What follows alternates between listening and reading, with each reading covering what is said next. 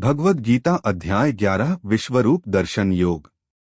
नमस्कार दोस्तों, आज हम भगवद गीता के 11वें अध्याय पर चर्चा करने वाले हैं, जिसे विश्वरूप दर्शन योग के नाम से जाना जाता है। यह अध्याय गीता का सबसे महत्वपूर्ण और प्रभावशाली अध्याय माना जाता है, क्योंकि इसमें अर्जुन को भगवान श्री कृष्ण का विश्वरूप दर्शन कराया जाता है। यह अध्याय हमें भगवान की असीमित शक्ति, महिमा और विशालता का एहसास कराता है। तो चलिए इस अध्याय की गहराई में उतरते हैं। अध्याय 11 का संदर्भ। महाभारत के युद्ध के मैदान में अर्जुन भगवान श्री कृष्ण से अपने कर्तव्य और जीवन के रहस्यों के बारे में प्रश्न पूछते हैं। पिछले अध्यायों में श्री कृष्ण ने अर्जुन को ज्ञान, कर्म और भक्ति का उपदेश दिया है।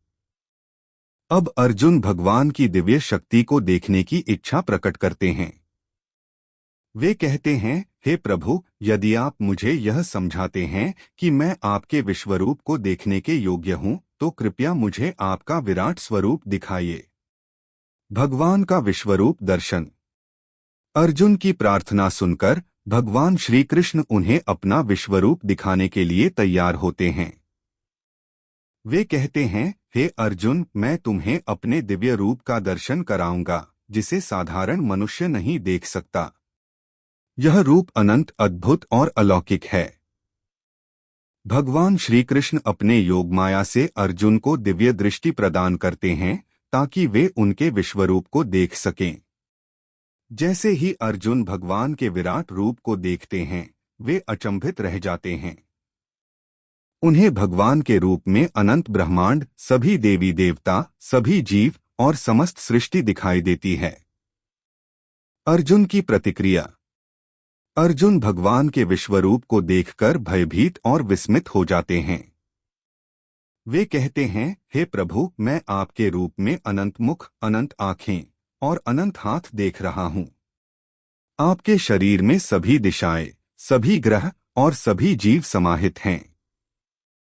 मैं आपके इस रूप को देखकर भय से कांप रहा हूं।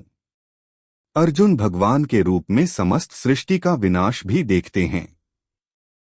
वे देखते हैं कि कैसे भगवान के मुख से अग्नि निकल रही है और सभी शत्रु उनमें समा रहे हैं।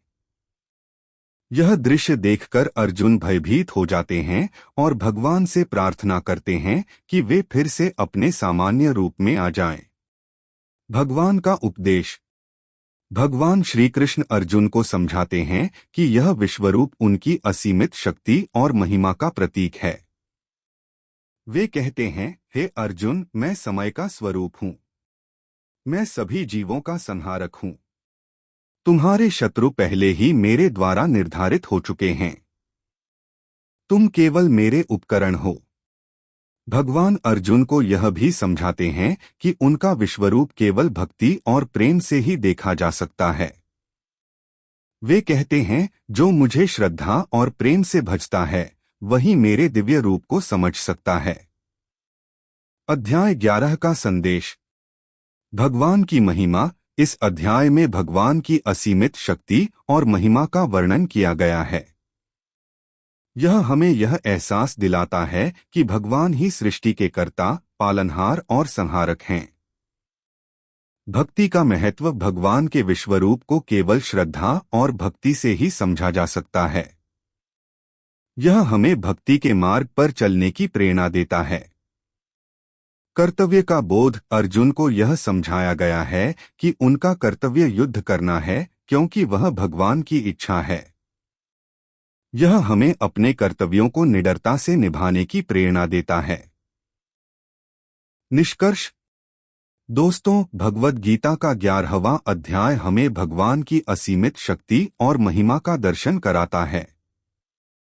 यह हमें यह एहसास दिलाता है कि भगवान ही इस सृष्टि के मूल कारण हैं और उनकी शरण में जाने से ही हमें सच्चा शांति और मोक्ष प्राप्त हो सकता है।